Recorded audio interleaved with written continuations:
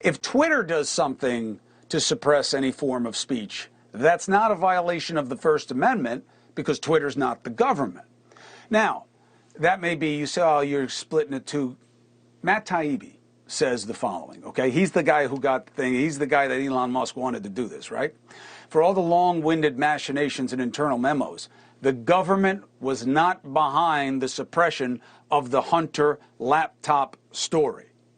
Taibi wrote, quote, although several sources recalled hearing about a general warning from federal law enforcement that summer about possible foreign hacks, there is no evidence that I've seen of any government involvement in the laptop story.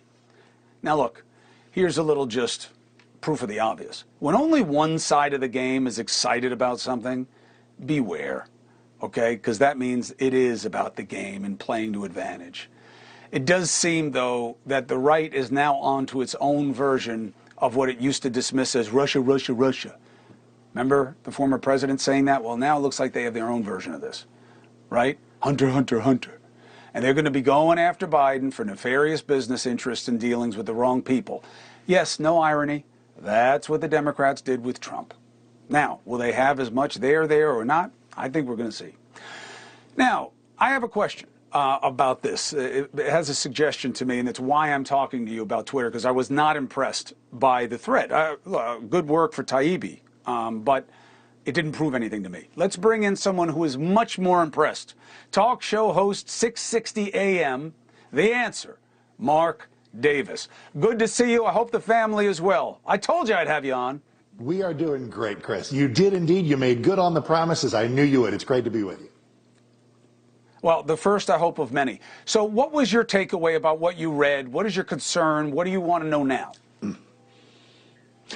I think your setup was quite good in terms of a lot of this being a function of being in the eye of the beholder.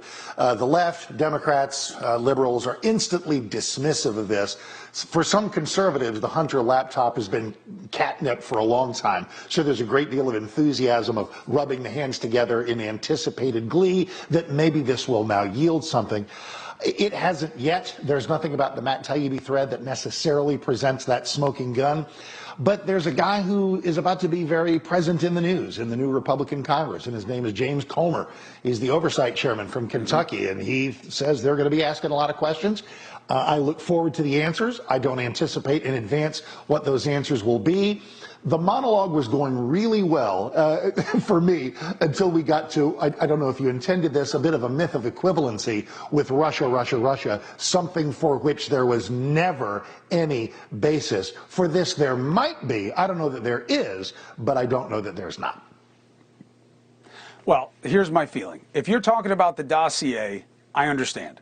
If you're talking about meetings that were taken and contacts that were made that any astute political operative knows that they shouldn't have done, that was the shame on the Trump, Trump and co. They took meetings they shouldn't have taken. They worked sources they shouldn't have taken. They shouldn't have worked. And they listened to people about offers they should not have been engaging in. Now, is that enough for a federal investigation or Congress? That's for you to decide. But it wasn't that there was nothing. I have two takeaways. My first one is this. Is there proof that Dorsey seemed partial, Jack Dorsey, the former head of Twitter, to the left? Yeah. And is that worth everybody saying, see how bad it is? Hey, it's a private company. Was Dorsey more in the basket for the left than Musk seems to be in trying to help the fortunes of the right? It seems like a wash. And that's their right as the owners. They can make their business about whatever they want to make, right? You're correct about that. But I have a small there you go again moment, a small one with the myth of equivalency. But Jack Dorsey and the people who were supposedly policing content at Twitter were indeed left-leaning and sought to forward their own ideology while suppressing others.